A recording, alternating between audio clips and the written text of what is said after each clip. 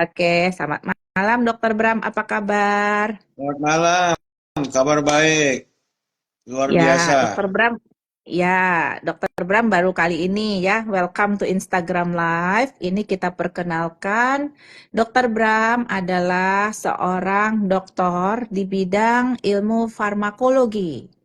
Nah, kebetulan Dokter Bram juga sudah menulis buku tentang kanabis ya, Dok? Eh, Ya, Sekarang saya ingin bertanya apa judul bukunya dan apa yang dimaksud studi praklinis dan mengapa penting dalam pengembangan obat dari tanaman ganja. Nama baik. bukunya dulu, Dok. Di, Oke, baik. Terima kasih, Dokter Widya.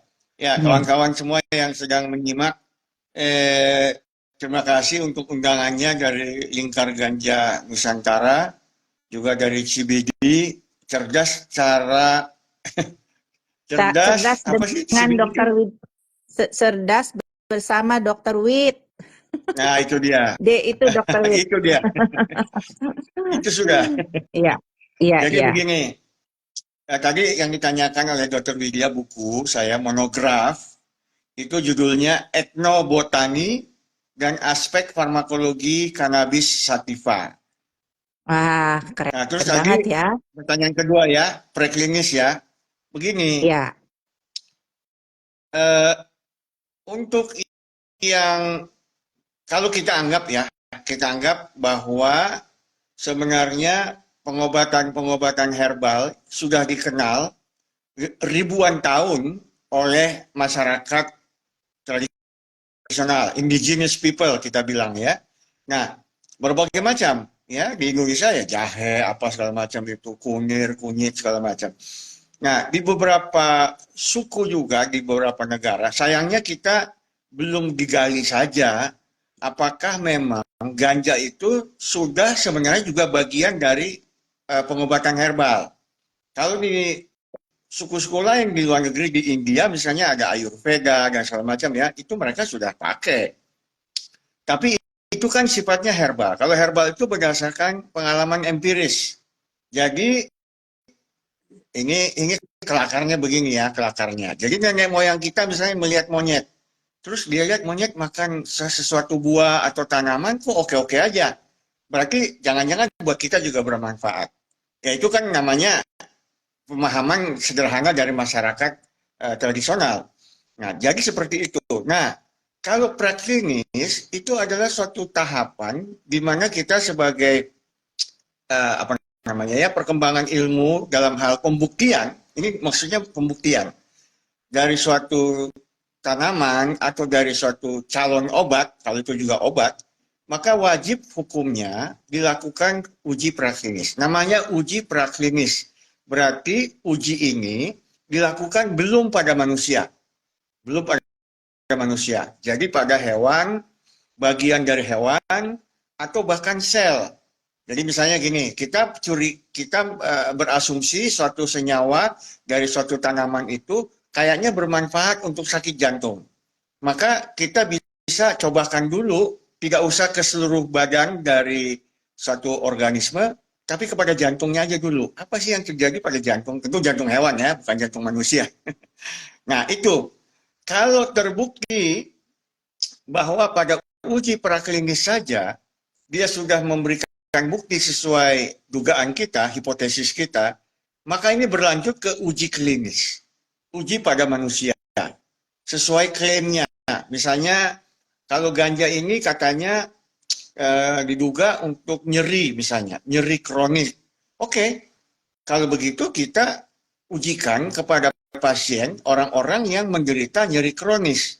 Nanti kita berikanlah ramuan ganja ini, ya macam-macam tentu ramuannya, apakah bisa berupa kapsul atau berupa cairan atau sirup, apapun itu masalah farmasi, ya.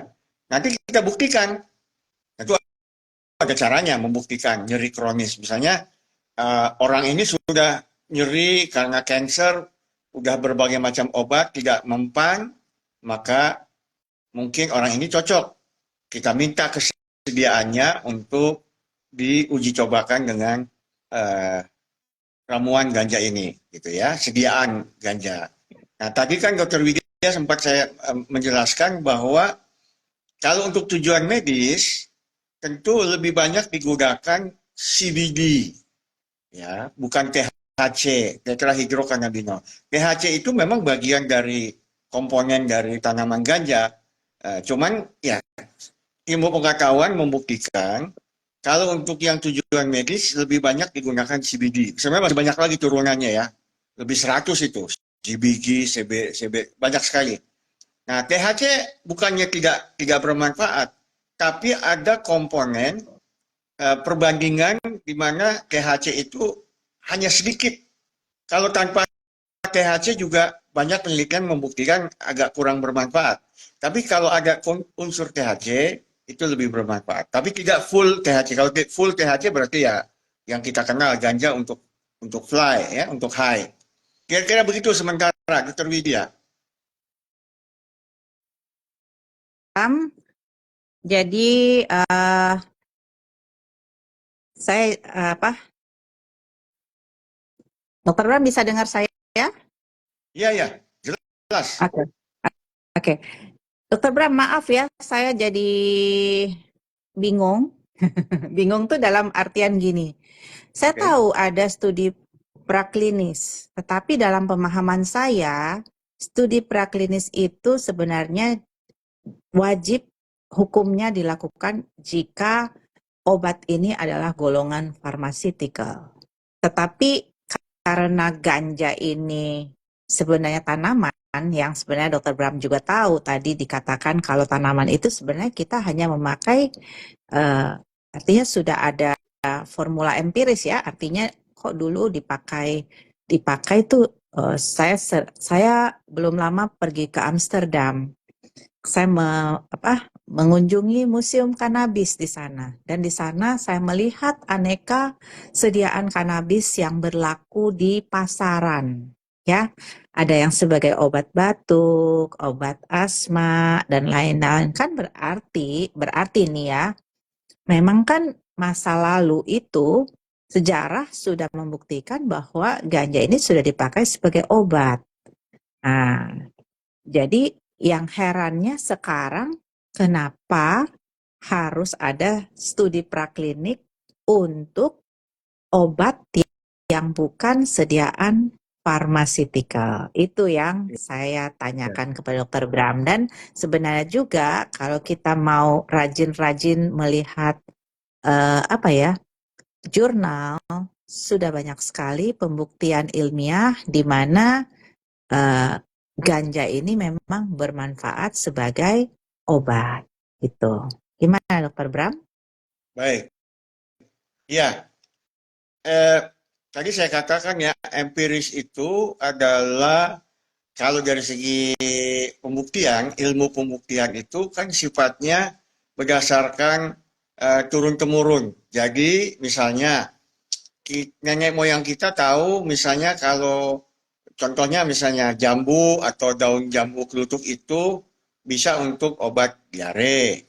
Ya, tapi caranya gimana? Itu tidak eksak memang.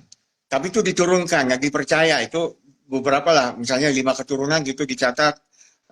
Itu namanya empiris. Tapi secara ilmiah belum. Jadi hanya pengalaman. Jadi misalnya daun ini dimakan kayak tadi lah, ya kan? Daun ini dimakan, oh berubah, berkurang. Nah, tapi dalam konteks untuk pembuktian secara ilmiah, tahapan itu memang harus dilalui. Ini tidak tergantung pada obat kimia konvensional, tapi juga untuk obat herbal. Contoh misalnya, ada sekarang di Indonesia ya, saya terpaksa sebut merek ini. Namanya Tensigard. Dari nama pun kita tahu Tensigard berarti ini hubungannya ke hipertensi. Itu obat tradisional. Isinya daun seledri, kumis kucing, tapi tidak lagi dalam bentuk yang tradisional. Yang misalnya daunnya ini terus diminum. Dia sudah dalam bentuk obat modern. Nah, begitu kita nih, terutama pabrik obat, mengatakan saya mau mengklaim bahwa ramuan kumis kucing dan seledri itu mampu menurunkan tekanan darah, mana buktinya? Nah, mana buktinya ini berarti terpaksa harus lewat uji praklinis dan klinis. Itu aja sebenarnya, supaya dia bisa beredar secara Oke, bisnis. legal. Secara bisnis nih maksudnya. Oke, oke, oke. Terima kasih Dan itu Dokter Bram karena tantangannya Dokter eh, Widya. ya, Tantangannya jadi Dokter berarti Widya memang itu untuk obat ya, herbal. ya. Jadi memang ternyata memang ada langkah-langkah untuk membuat bagaimana sebuah katakanlah tanaman apapun itu diakui sebagai obat. Jadi memang ada langkah-langkah tersebut yang memang harus kita lalui. Nah, jadi sekarang saya tanya kepada Dokter Bram lagi, sebenarnya untuk kondisi medis apa saja telah digunakan ganja ini berdasarkan studi klinis dan meta-analisis bisa Ya, digunakan sebagai obat, ya. oke. Eh, jadi berdasarkan tadi kan Dokter Widya bilang ada komponen-komponen dari ganja yang mempengaruhi misalnya keadaan otak. Nah, tadi sebenarnya mungkin perlu juga sedikit permulaan. Anehnya, anehnya ya, nggak usah nggak usah heran. Ternyata di dalam tubuh kita itu ada reseptor-reseptor yang memang membutuhkan ganja. Tapi jangan salah tangkap. Jadi reseptor endokannabinoid. Jadi tubuh kita sendiri sebenarnya memproduksi. Sama dengan tubuh kita juga memproduksi sejenis morfin namanya endorfin dan ada reseptornya. Ya. Jadi begini, secara alamiah berarti kita tidak bisa pungkiri. Ternyata manusia itu memproduksi dan membutuhkan komponen baik itu morfin dalam bentuk namanya endorfin maupun kanabis makanya disebut endogen jadi di dalam endokannabinoid. Menarik ya, karena ini sudah ditemukan ada dua reseptornya ya, CBD1, CBD2. Nah, kembali pertanyaan Dokter Widya. Berarti kalau dia kekurangan atau kelebihan komponen itu dalam tubuh, itulah yang bisa kita sebut namanya patofisiologi, patologis. Berarti either kita membutuhkan ekstra dalam tanda kutip yang tadi itu kanabis.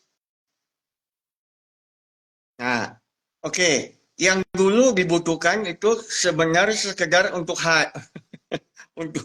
untuk fly. Nah, sekarang tidak lagi. Ya artinya kita kalau kita sebagai orang medis tentu mengarahkannya apa sih manfaat ganja untuk kesehatan maupun untuk penyakit. Nah, dari dalam perjalanan penelitian dan segala macam itu, maka yang paling banyak diteliti, paling banyak ya, terbukti adalah pertama mengenai nyeri. Betul juga kali bahwa persoalan manusia itu sebenarnya lebih banyak karena nyeri. Betul nggak, Dokter Widya? Kalau kita sebagai dokter yang sering pasien itu datang, umumnya karena nyeri yang tak tertahankan. Ya, itu paling umum lah. Ya, keluhan kalau orang datang ke praktek dokter nyeri. Dan memang nyeri kalau secara patofisiologi kan inflamasi ya. Banyak sekali itu sebabnya sebenarnya. Kenapa kita merasa nyeri? Karena ada reseptor nyeri. Nah, Penghantar tadi. baik morfin maupun kanabinoid bermain di situ, bermain di situ. Nah, artinya berarti orang membuat hipotesis, apakah ia benar kalau orang diberi komponen kanabis, komponen ganja, terutama CBD, itu nyerinya berkurang apa tidak? Ternyata betul. Nah, jadi apa namanya penelitian yang kecil-kecil itu, yang cuma misalnya 20 orang, 30 orang, itu dikumpulkan, ya misalnya gini, saya meneliti efek peredam nyeri ganja pada pasien saya yang cuma 20 orang. Dokter Widya 30 orang, dokter yang lain 50 orang. Ini kecil-kecil, secara statistik orang bilang, ah itu kan pasienmu sedikit. Nah makanya orang melakukan meta-analisis. Meta-analisis adalah satu upaya di mana penelitian yang kecil-kecil itu digabung sehingga menjadi kekuatan statistiknya lebih kuat. Itu sebenarnya tujuan meta-analisis. Sehingga konklusi, kesimpulan yang diberikan dari hasil uji meta-analisis itu lebih meyakinkan daripada uji yang kecil-kecil. Cuma 10 orang, cuma 20 orang. Gitu maksudnya, meta-analisis. Nah, tadi nyeri ya. Kemudian kaitannya dengan kembali ke otak nih. Yang menjadi persoalan, yang menjadi juga masuk di dalam buku saya, dan ini juga perhatian dari teman-teman di LGN, Lingkar Ganja Nusantara, yaitu masalah cerebral palsy, yaitu satu kelainan di otak yang mirip-mirip epilepsi sebenarnya ininya, kejang-kejang ayan ya, seperti ayan manifestasinya. Cuman jauh lebih parah ya. Nah, kita tahulah peristiwa Ibu siapa namanya itu yang sempat Ibu dia Santi, semacam Ibu Santi. Ibu Santi ya, demo di depan air mancur, di depan hotel Bundaran Indonesia ya, HI. hotel apa, Kempinski Ya, sekarang namanya. Nah itu menarik perhatian. Akhirnya kelompok LGN dan mungkin teman-teman yang lain meminta untuk judicial review supaya undang-undang narkotika nomor 35 itu diturunkan lah, misalnya ganja itu kan masuk golongan satu, narkotika, sama beratnya dengan opium, dengan heroin, dan seterusnya. Mbok ya, diturunkan kelasnya, sehingga bisa lebih, kami di orang medis itu bisa lebih leluasa untuk melakukan penelitian-penelitian yang tujuannya medis. Nah, tapi ini sayangnya Dokter Widya belum berhasil kita ya. Gimana caranya ya? Saya juga bingung. ya, tentunya kita mungkin harus lebih banyak lagi menyuarakan kebaikan-kebaikan dari kanabis sehingga mungkin eh, pembuat kebijakan akan menyadari bahwa ternyata kalau melegalkan ganja medis itu akan membawa kemaslahatan untuk banyak orang, termasuk untuk Ya, negara, ya. Nah, betul. jadi makanya inilah salah satu acara tujuan dari acara CBD Cerdas Bersama Dr. Widya, karena kita akan membahas di sini manfaat-manfaat yang dimiliki oleh ganja daripada ya mungkin orang banyak hanya mengenal itu sebagai zat untuk membuat fly ya. Ya, Oke, terima kasih Dokter Bram. Saya sedikit ya, akan mengulas the amazing of the miracle of cannabis ya. Jadi katanya dalam tubuh manusia, dalam tubuh seorang ibu yang menyusui anaknya itu apa ya? Apa rasa seorang ibu menyusui anaknya? Itu ada rasa bahagia ya, ada rasa ya. Jadi pada saat seorang ibu melahirkan, kemudian dia menyusui anaknya, sakitnya rasa melahirkan tuh bahkan seperti terlupakan pada saat dia menyusui. Dan disitulah sebenarnya zat mirip kanabis atau endokannabinoid tadi ya, jadi kanabis endogen dari seseorang itu keluar. Nah, mungkin itu juga yang dirasakan oleh teman-teman yang ngefly dengan ganja ya, karena saya belum pernah ya, ngefly, saya belum tahu rasanya gimana. Tapi kalau menyusui saya sudah pernah merasakan bagaimana bahagianya menjadi seorang ibu. Sekarang saya ingin membahas sedikit tentang penyebaran eh, bagaimana penyebaran kanabis dari waktu ke waktu sehingga mempengaruhi pemahaman kita tentang manfaat tanaman ini ya. Saya sedikit membuka sejarah ya. Ini karena saya udah pernah mengikuti cannabis course ya. Jadi kami sudah dibuka di sini bahwa sejarah penyebaran kanabis itu sebenarnya sudah terjadi sejak kurang lebih 1.500 bahkan 1.600 tahun sebelum Masehi ya. Jadi kurang lebih bahkan pada tahun 2900 sebelum Masehi itu, jadi ada Chinese Emperor Fuyi, itu dia sudah membuat reference bahwa marijuana itu adalah popular medicine. Jadi sebagai TCM di China. Makanya kalau China dia punya sejarah itu, mungkin lebih mudah dia melegalkan daripada di Indonesia. Atau mungkin ada juga sejarah Indonesia, tapi kita tidak pernah mengetahui.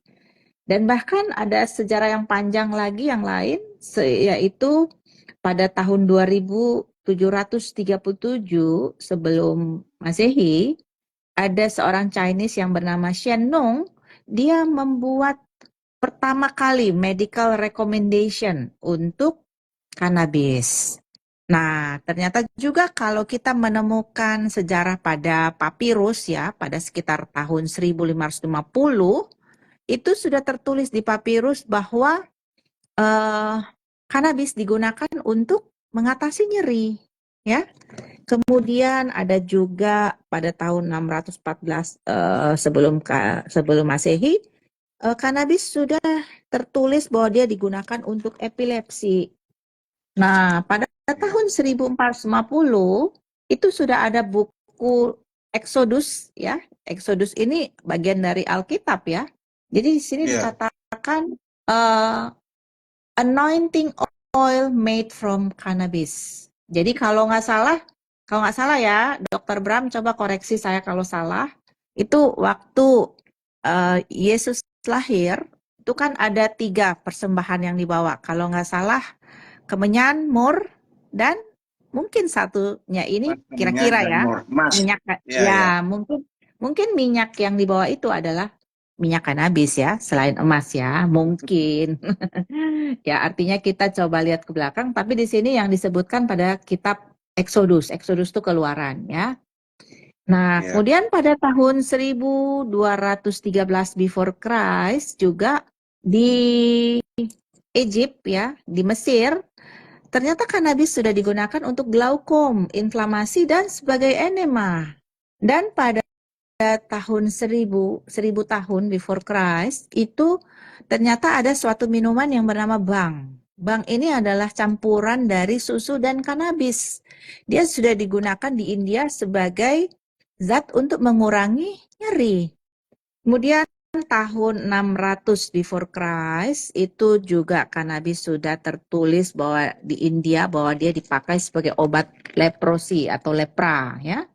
Dan tahun 200 before Christ itu medical cannabis sudah digunakan di Greece ya. Greece ini Yunani.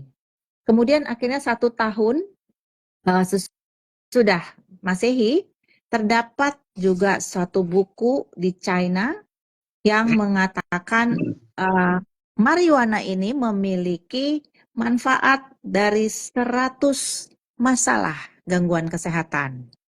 Nah, kemudian pada tahun 70 itu justru katanya kanabis dipakai untuk meredam nafsu atau libido yang begitu tinggi. Keren ya. Kalau sekarang orang nggak mau ditekan ya, kalau sekarang malah ditingkatkan. Pada tahun 79 sesudah Masehi, di sini dikatakan Pliny the Elder ya, dia menulis bahwa ada manfaat medis daripada tanaman kanabis yaitu untuk mengatasi gout. Gout itu asam urat ya dan menurunkan nyeri. Ya ini begitu banyak sejarahnya dan pada tahun 1500 sesudah Masehi itu ada dokter Muslim yang menggunakan marijuana untuk mengurangi nafsu yang berlebihan tadi ya. Kemudian tahun 1578 ada Chinese medical text yang menggambarkan banyak sekali manfaat medis daripada marijuana, antara lain untuk obat mual, muntah, infeksi parasit, kemudian ada perdarahan, bahkan obat untuk diare, disentri, dan merangsang nafsu makan, ya.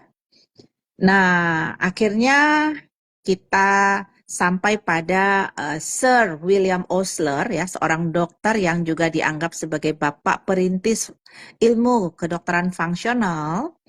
Dia mengatakan, William Osler ini juga dianggap sebagai father of modern medicine. Di sini beliau mengatakan cannabis indica is the most satisfactory remedy untuk migrain. Jadi obat migrain. Nah, akhirnya kita masuklah pada sejarah di mana cannabis mulai didekriminalisasi, ya. Di sini katakan ada bapak yang bernama Harry Anslinger. Beliau itu merupakan First Commissioner of the Federal Bureau of Narcotic, ya, antara tahun 1930 hingga 1962. Di sini mulai mengatakan bahwa orang menggunakan cannabis itu dia bisa mengalami gangguan jiwa, katanya, ya. Ini mulai dijahatin nih si cannabis, ya. Dan akhirnya pada tahun 1937 ini sudah mulai yang orang yang menanam cannabis sudah dikenakan pajak, ya, karena pemerintah menganggap wah itu ternyata laris, ya, ayo kita pajakin deh gitu. Dan yang paling ekstrim adalah buku farmakopi di Amerika itu pada tahun 1942 sudah mengeluarkan marijuana dari obat, ya. Jadi kalau farmakopi itu adalah Bible daripada ilmu farmako, ya, farmakologi. Dari tahun 1942 itu dikeluarkan sehingga itulah berakhir dengan pada tahun 1961 WHO atau UN itu mengeluarkan single convention, ya, yang mengatakan bahwa cannabis ini dimasukkan sebagai golongan narkotik, ya, dan dia harus dilakukan penelitian pada 25 tahun sesudah 1961. Ini sebenarnya kan sekarang juga sudah lewat dari 25 tahun, ya. Dan pada tahun 1970 marijuana tidak boleh lagi digunakan sebagai obat. Di sini karena mungkin pada saat ini juga dunia farmasi sedang berkembang, jadi mungkin kalau cannabis itu tetap dianggap sebagai obat, mungkin obat-obatan farmasi yang lain itu akan kalah pamor, kira-kira, ya. Jadi akhirnya mulai dekriminalisasi. Tahun 1976 marijuana didekriminalisasi di Belanda, di Nederland.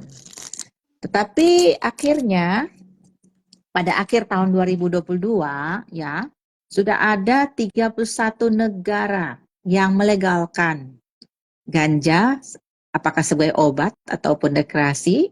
Ada 7 negara di South America, dan ada 10 di Asia, ada 8 negara di Afrika, ada 9 negara di North America dan Caribbean, dan 3 di Australia dan Oceania, dan totalnya ada 68 negara di dunia, termasuk Thailand, sudah melegalkan ganja.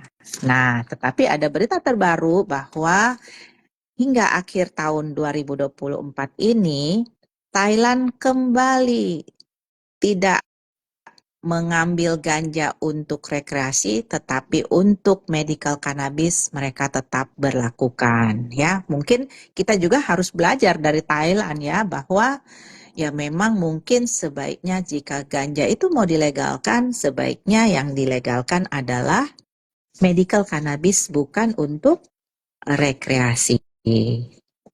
Nah, sekarang ini Mbak Ika nggak masuk-masuk, ya. Jadi saya terpaksa ngobrol sama Dokter Bram nih. Dokter Bram, kita masih punya waktu sedikit lagi, ya. Sebelum waktunya habis, saya harus sudah memberikan pertanyaan. Dokter Bram, bagaimana penelitian lebih lanjut yang diperlukan untuk memahami lebih baik manfaat dari medical cannabis seharusnya? Jadi mungkin Dokter Bram sebagai dokter di bidang farmako itu apa yang sudah diceritakan tadi, atau adakah yang lebih baik lagi sehingga kalau suatu saat negara kita akan menerima ganja medis untuk dilegalkan, eh, kita harus mempersiapkan diri. Silakan Dokter Bram. Iya, oke. Iya, saya baru saja mengecek di websitenya PubMed. Ya, PubMed itu satu website, satu portal eh, asalnya Amerika untuk kita bisa mencek semua artikel, publikasi, artikel ilmiah yang ada di dunia. Saya cuma memasukkan kata kunci cannabis sativa, itu yang muncul sekitar 35.100 penelitian. Jadi sudah ada 35.100 penelitian di dunia terkait cannabis sativa. Bayangkan. Jadi kita nggak bisa lagi memungkiri bahwa cannabis ini isinya cuma mudarat saja, ya. Karena ternyata ya dengan berjalannya waktu, dengan teknologi, orang penasaran, ya, para ilmuwan penasaran sebenarnya apa sih kandungannya, apa sih manfaatnya. Jadi sudah 35.000. Kalau kita mau lebih eh, rinci, cannabis sativa, saya tambahkan kata kunci clinical trial, uji klinik. Kalau uji klinik kan berarti diuji cobakan pada manusia.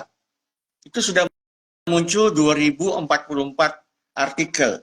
Ya, tentu saya nggak mungkin baca semua, tapi artinya begini, dari 35.100 penelitian yang sifatnya itu luas ya, artinya pada binatang, pada segala macam, ada 2044 bukti ilmiah yang mestinya itu bisa menjadi pertimbangan Indonesia. Ah, jangan-jangan memang ada manfaatnya ganja. Itu satu.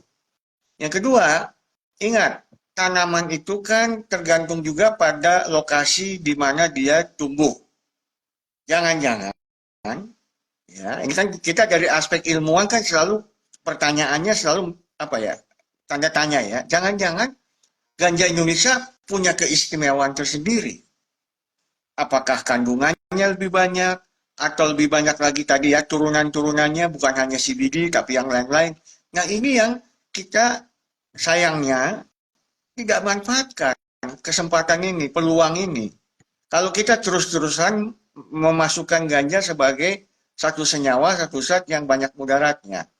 Dan yang kontradiksinya ya, Dokter Widya pasti tahu, bahwa di Undang-Undang Narkotika 35 itu, kan sebenarnya ada satu pasal, ada satu ayat yang menyatakan golong narkotika golongannya satu bisa dilakukan penelitian. Tapi pengalaman kita udah berapa kali ya mengajukan proposal bahkan ke Badan Riset Nasional pun ya nggak ada jawaban. Ya, jadi sayang sekali. Sebenarnya kalau mau, ya ayolah bukalah pintu penelitian itu. Ya, kalau perlu diawasi oleh lembaga-lembaga yang, kalau perlu BNN ikut menjaga setiap peneliti yang lagi meneliti itu dikawal gitu ya sama BNN atau sama polisi supaya hasilnya benar-benar nggak disalahgunakan gitu. Jadi sangat terbuka sebenarnya peluang itu. Dengan teknologi, dengan alat-alat, saya takutnya begini, bahwa kita eh, tidak maju ke situ, tapi dengan teknologi apa namanya ya, plasma nutfah, jangan-jangan ganja kita sebenarnya sudah dicuri. Ya, sekarang kan dengan teknologi apa pertanian yang dengan nggak usah pohonnya yang diambil, dengan sel pohon ganja itu aja asal udah bisa dicuri oleh peneliti asing, ya bisa aja kan dia datang sebagai turis, dia datang ke suatu daerah yang dia tahu ada tanaman ganja, terus dia ambil, dia kerap gitu ya, dibawa ke negerinya, mereka bebas, mereka legal ya dalam hal penelitian, dalam hal produksi, akhirnya kita kecolongan lagi. Jadi sayang menurut saya kesempatan untuk melakukan ini. Dan jangan lupa ilmuwan Indonesia di luar negeri kan banyak ya, diaspora itu. Mereka siap loh membantu demi ilmu dan demi Republik Indonesia. Kita tinggal kontak aja. Ya. Artinya dari segi alat peralatan mereka pasti lebih canggih daripada di Indonesia. Dan mereka orang Indonesia, mereka ilmuwan. Jadi bisa kita manfaatkan mereka kalau mau. Tapi masalahnya, kan kita udah pernah, Dokter Widya ya, coba dengan Thailand, kita kerjasama. Tapi kan lucunya kan gini, kalau kita kerjasama dengan Thailand, terus ganja siapa yang mau kita teliti? Ya kan? Betul, Ngapain kita teliti betul. ganja ganja Thailand? Ya kita harus teliti ganja Indonesia dong. Gitu. Ya, betul. Jadi memang pertama ya, mungkin memang langkah-langkah yang harus kita buat, strategi, rencana strategiknya itu harus panjang ya. Bahwa kalau ganja akan dilegalkan secara medis, pertama yang akan diuntungkan tuh sebenarnya negara kita juga ya. Karena Iya. saat ini konon penjara kita itu penuh dengan para pemakai ganja yang membawa membawa satu dua linting, satu dua linting, akhirnya mereka akhirnya mereka eh, eh, menjadi penghuni menjadi penjara penghuni dan penjara akhirnya dan mereka akhirnya mereka harus menghabiskan harus APBN menghabiskan kita untuk APBN diberi kita makan untuk diberi sekian makan tahun sekian kalau menjadi tahun kalau menjadi narapidana. narapidana. Nah, saya Nah, saya melalui acara melalui ini acara ingin ini mengajak ingin mengajak semua semua kalangan ya, kalangan ya, marilah marilah kita mengurangi kita mengurangi penyalahgunaan penyalahgunaan ganja ganja sehingga sehingga mungkin mungkin ya mungkin kalau ya BNN kalau melihat BNN wah melihat sekarang wah sudah sedikit sekarang nih sudah orang sedikit yang nih orang menyalahgunakan yang ganja. menyalahgunakan Ya ganja, udah deh, yuk ya kita udah deh legalkan yuk kita aja. legalkan Ini aja. pikiran Ini saya pikiran loh. saya loh. Jadi kalau sekarang Jadi masih kalau dilihat sekarang wah masih ini masih dilihat banyak wah ini banget masih orang banyak yang banget orang menyalahgunakan yang ganja. menyalahgunakan Nah, ganja. takutnya Nah, ini takutnya juga yang ini akan juga yang membuat akan membuat keputusan negara untuk keputusan negara melegalkan untuk ganja melegalkan belum ganja juga belum kunjung juga kunjung diputuskan. diputuskan. Pak, masih Ya, berapa halo. lama lagi Masih berapa waktunya? lama lagi waktunya? Dokter, tapi suaraku ada nggak dok? Ya? Kenapa? Halo, Ya? Ya, suara aku Ya. ada? saya bisa dengar Ya, suara saya Pak. bisa dengar suara Pak. Oke, oke. Eh, Kalau di Instagram sih kita nggak ada notifikasi ya dok ya untuk menyudahi. Apa dokter sudah cukup menjelaskannya dari pertanyaan-pertanyaan Sebenarnya yang belum, sudah? cuma karena kita cuma takut karena kita tiba-tiba takut putus tiba-tiba gitu ya. putus Tadi kan gitu ya. memang Tadi kita kan nggak mulai memang di kita jam nggak 8 mulai di teng jam ya, 8 jam teng 7 ya, teng. jam 7 teng. Jadi ya mungkin Jam Jadi kita ya 7 lewat masih mungkin bisa kita begitu. masih bisa gunakan waktu yang gunakan waktu ada. yang ada. Nah, Mungkin sekarang tambahan sedikit saya, lagi, Dokter Yud. ya saya ingin Ya, tanya saya ke ingin tanya ke Dokter Bram aja. Dokter Bram aja. Bagaimana Ya, sebenarnya Bagaimana hasil sebenarnya studi hasil klinis studi klinis tentang penggunaan tentang kanabis penggunaan dalam kanabis dalam pengobatan berbagai penyakit seperti nyeri kronis, cerebral palsy, atau epilepsi? Mungkin Dokter Bram sedikit Iya. bisa menjelaskan. Iya. Tadi saya katakan bahwa studi-studi itu memberikan suatu hasil yang positif.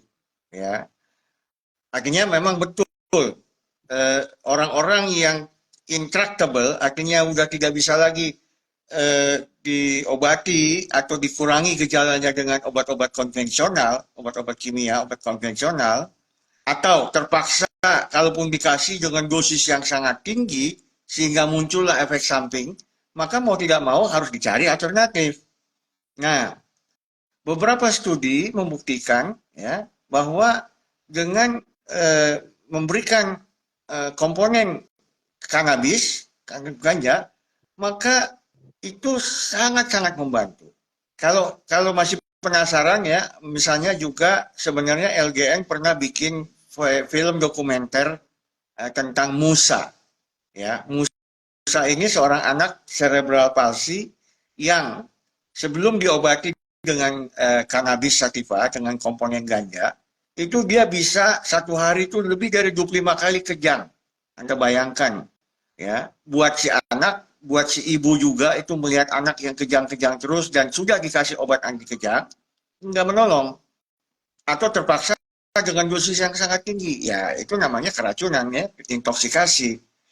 Nah, ada waktu kesempatan mereka pergi ke Australia karena Australia legal untuk medis dan laporannya memang membaik, ya, sembuh tidak, memang cerebral palsy itu kan ada juga kelainan secara organ ya, nggak bisa juga kita sembuhkan. Tapi at least buat ibu, buat anak, eh, apa namanya itu, hmm, apa bukan usia harapan hidup, tapi apa namanya itu yang kita sering selalu bicarakan juga kepada pasien. Artinya kehidupannya jauh lebih baik.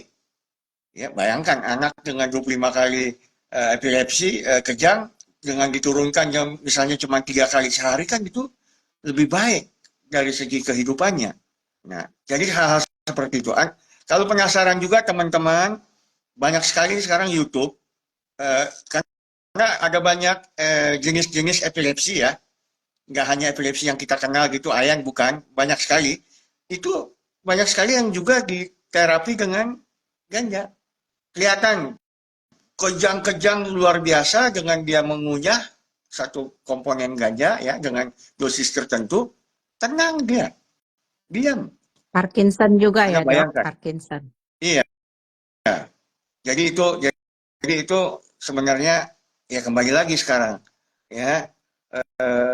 Nah, satu lagi juga kalau kita pernah kan hitung-hitungan sama almarhum Prof. Musri berapa keuangan atau income negara ya, kita bicara negara, kita bukan bicara keuntungan orang per orang, negara dari produk ganja yang bisa kita manfaatkan. Nah, orang di dalam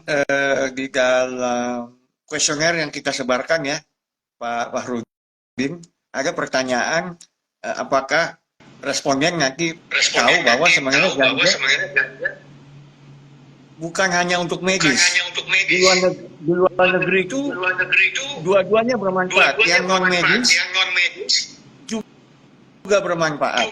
Karena karena tanaman ganja itu seratnya tinggi.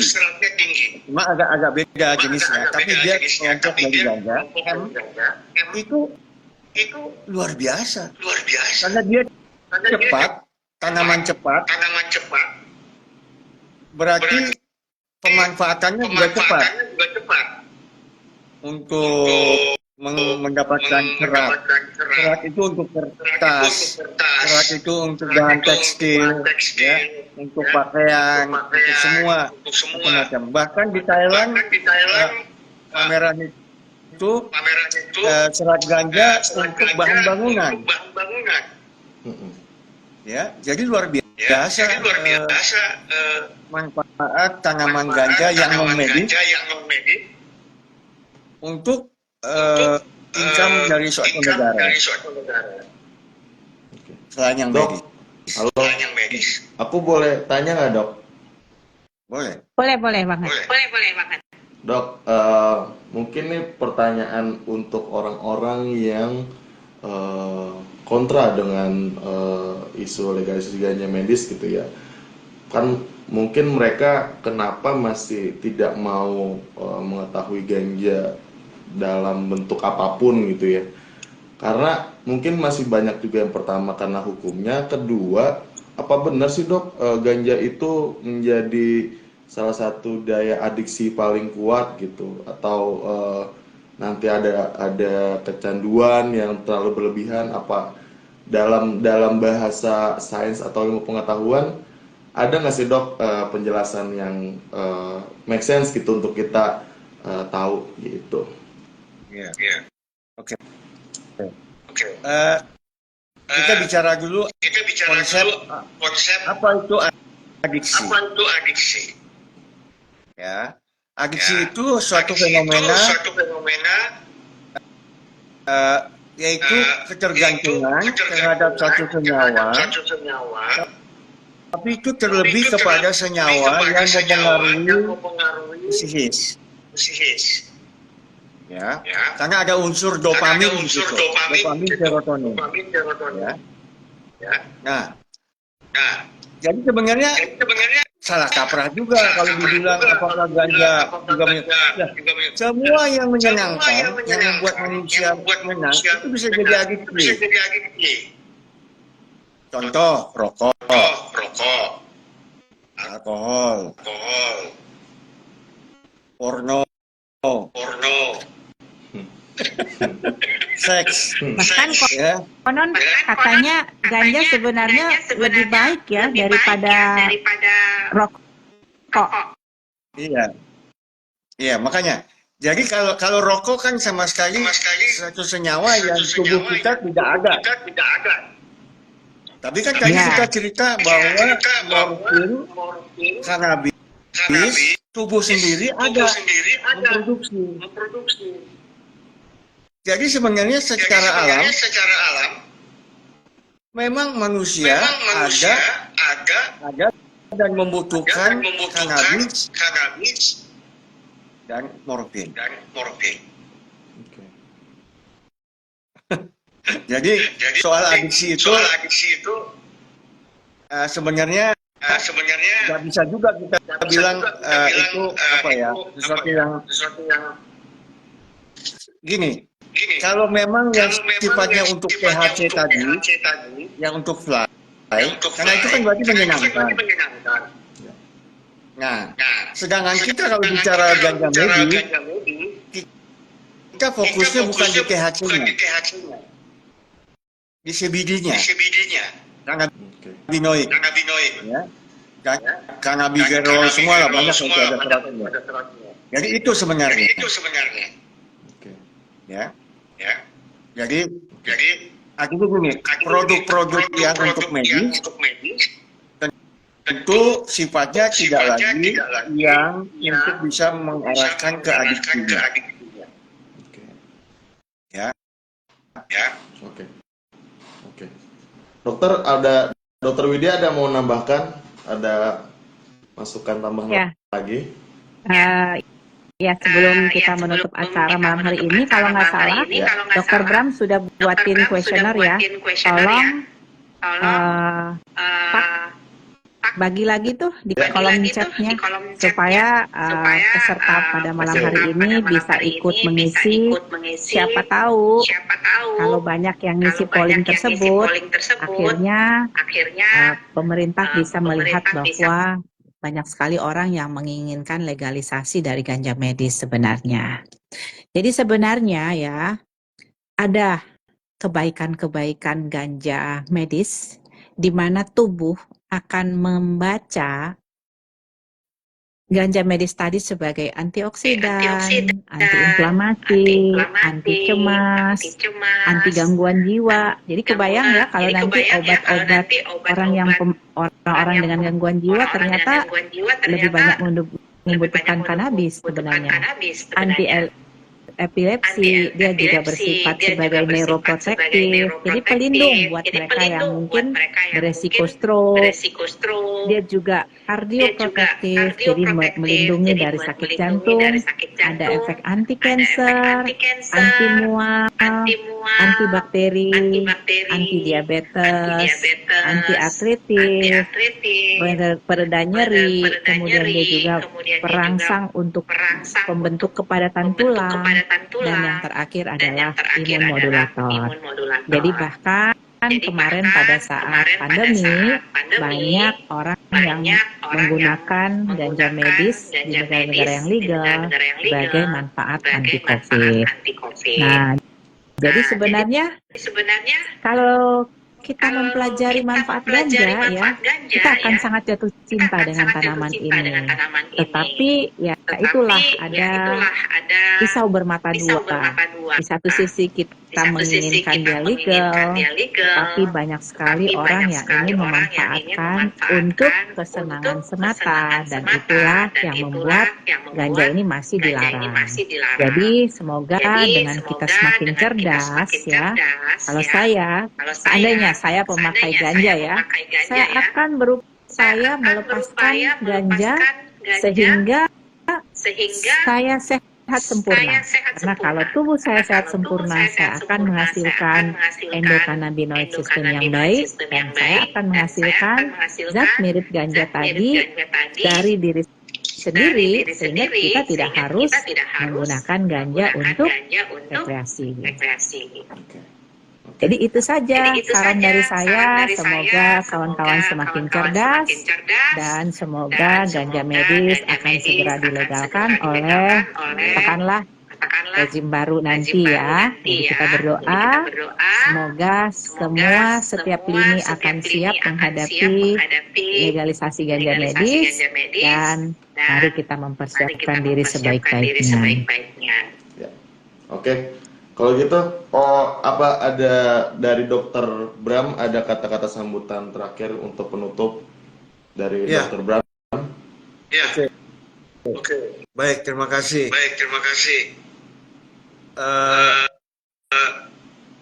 Saya pikir kita semua yang bergerak di bidang medis pun masih ada juga yang ragu-ragu, terus terang ya. Dan ini juga perjuangan kami di kalangan medis, sejauh mana mereka juga mulai terbuka, gitu ya, membuka diri bahwa ganja itu sebenarnya dengan pengetahuan, dengan bertambahnya terus ilmu, artikel bisa dicek di Google Scholar, di PubMed, di mana-mana. Ya silakan. Itu menjadi bagian dari mungkin sekarang kita agak rendah hati lah. Ganja, syukur-syukur ganja menjadi pilihan alternatif dulu lah. Ya nggak apa-apa, komplementari gitu ya. Tapi dengan semakin bertambahnya nanti bukti-bukti ilmiah, ini bisa menjadi pilihan utama untuk keadaan yang memang nggak mungkin dengan obat konvensional. Itu dari bidang medis. Kalau dari segi perjuangan hukum, ya, gimana nih? Ya kami orang medis kan nggak ngerti bagaimana soal hukum. Kalau nggak salah udah 2 kali judicial review, ya dua-duanya gagal. Ditolak. Sebenarnya impian kami minimal dia turun golongan. Ya, golongan 2, sehingga untuk penelitian itu bisa jauh lebih bebas, lebih terbuka. Perusahaan atau sponsor yang akan mensponsori mendanai itu nggak was-was ya. Dan memang ada hasilnya, artinya dia ada output yang bisa nanti ada gunanya. Kira-kira begitulah. Oke, gitu. Terima kasih Dokter Bram, terima kasih Dokter Widya sudah menemani kita di CBD Cerdas Bersama Dokter Widya, dan terima kasih teman-teman yang sudah hadir. Semoga diskusi malam ini bisa mencerahkan kita bahwa tanaman ganja bisa banyak manfaatnya, nggak cuman untuk rekreasional, tapi ada bidang medis, bidang industrial, bahkan bisa memajukan ekonomi negara. Untuk itu terima kasih banyak sekali lagi untuk teman-teman dan Dokter Widya dan Dokter Bram, dan mohon maaf Mbak Ike sebelumnya beliau tidak bisa ikut live karena teknis. Iya, jadi untuk itu terima kasih dan selamat malam teman-teman. Baik. Sampai Terima kasih. jumpa. Selamat malam. Sampai jumpa di acara berikutnya. Sampai jumpa.